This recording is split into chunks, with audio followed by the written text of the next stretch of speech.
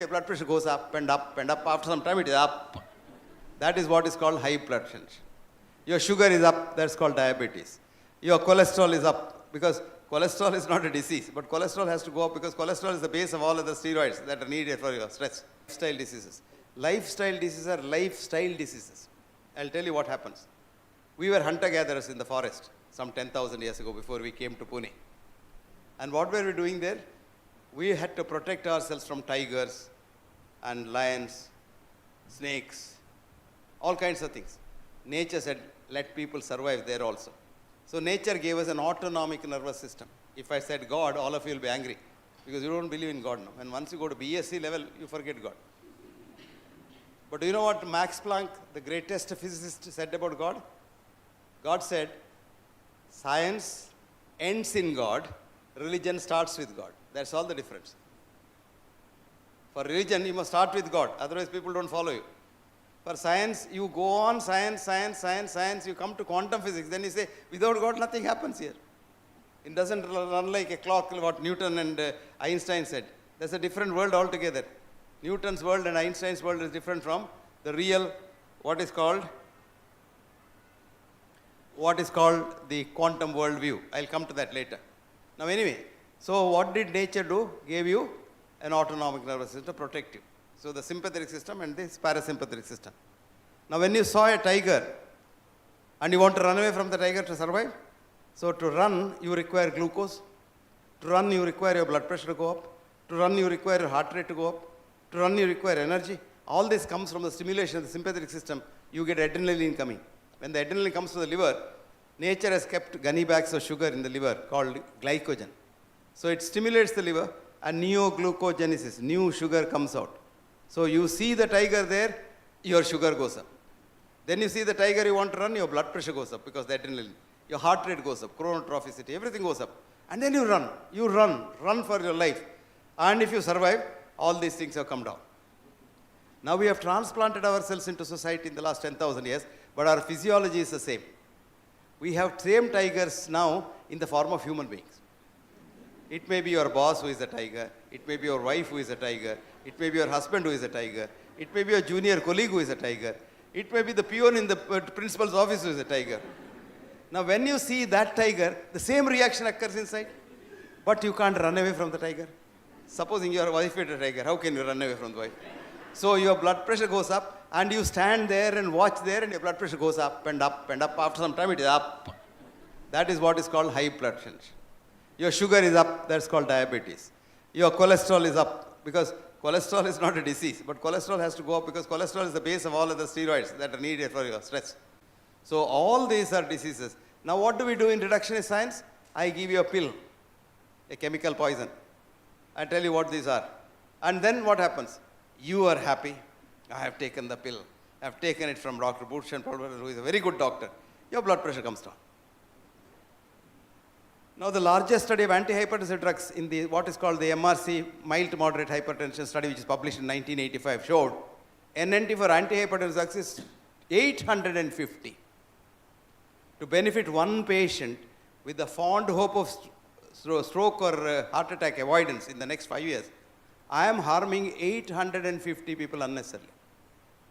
And there, of course, the ADR risk is 2%, which means 8.5 into 2 is 16 people.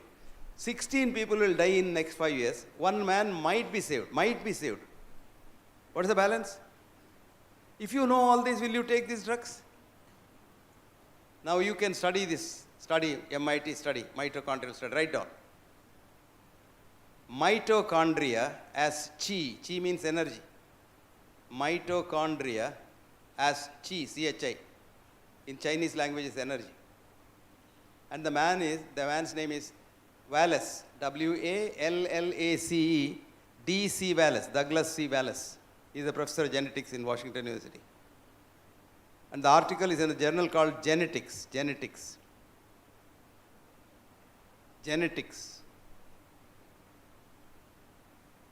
Okay?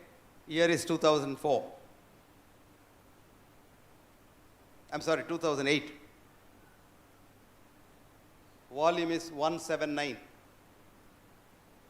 And page is 727. Please read this. All these articles are free in the internet. Read that. And go and read it. It's a 10-page article. It will take at least 2 days to understand it with very complicated genetics in it. And very interesting message is, the Ayurvedic drugs which he tried, not from India, the Tibetan drugs, herbal drugs he tried, they were not having any one of these reactions. It goes inside and attacks and gets digested, goes into the system, does good or doesn't do good, but doesn't harm, and doesn't go to the liver. So the liver is, today we have an epidemic of what's called non-alcoholic cirrhosis, which I have never heard when I was a student in the 50s. Only alcoholics used to get cirrhosis. Now ordinary people, anybody goes to the doctor and says, slight touch of fatty liver. My God, I get about 100 and 150 consultations, free consultations, the email every day. Half of it is fatty liver. I went for a checkup. I have fatty liver. And for a change today, I had a Delhi University professor, senior professor, who wrote to me, Professor Hegde, I'm coming to 65. I have not seen a doctor so far. My wife pesters me every day, must have a checkup. Do you think I must have a checkup? I was so happy. I said, don't have a checkup. You are 65 because you didn't see a doctor. And you will be 100 if you are destined to be 100. If you go to a doctor, there's a good possibility that you will not see the 67th birthday. Delhi University professor, he said, I have kept my records, roughly, from the age 5, I remember, till today. I might have spent about 100 rupees to the doctor. Can you believe that? Delhi University professor, senior professor.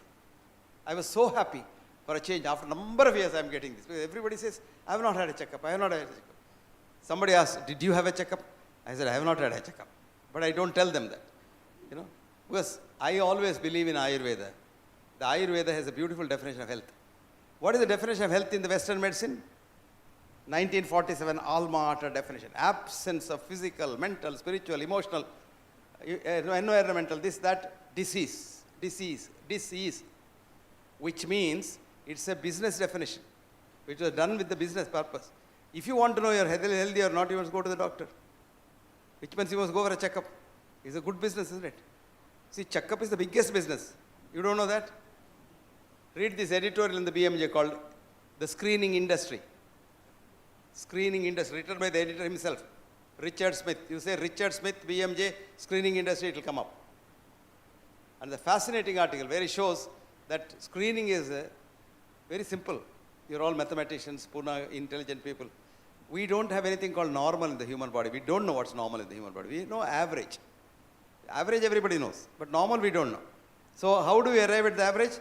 1,000 people who measure, let us say height, 1,000 people, and put a cow, Gaussian distribution like a bell, and we put the mean plus 2 standard deviation. I don't know what it means. It means mean. And that mean is transferred automatically into normal.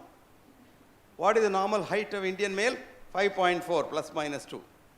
4.5 is also normal. 6.2 is also normal. But they automatically become abnormal. It's called false positive. So for every one measure that you do, you get about 25 to 50 false positives.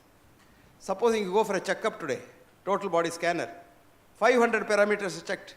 500 into 25, don't want 25, 5%. 525 is 2,500, isn't it? 100 people go for a checkup, 2,500 patients come out.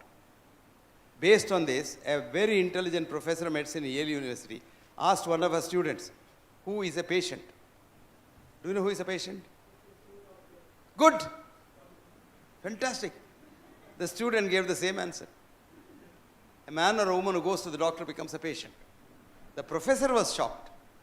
She was a good girl, 52, and she had done her studies very well. And she got shocked. Then she asked the doctor, when does he become a man or a woman again?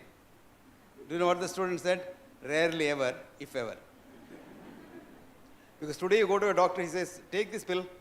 Sir, doctor, when I'm all right, I can. No. Don't stop it. Blood pressure will go to the sky.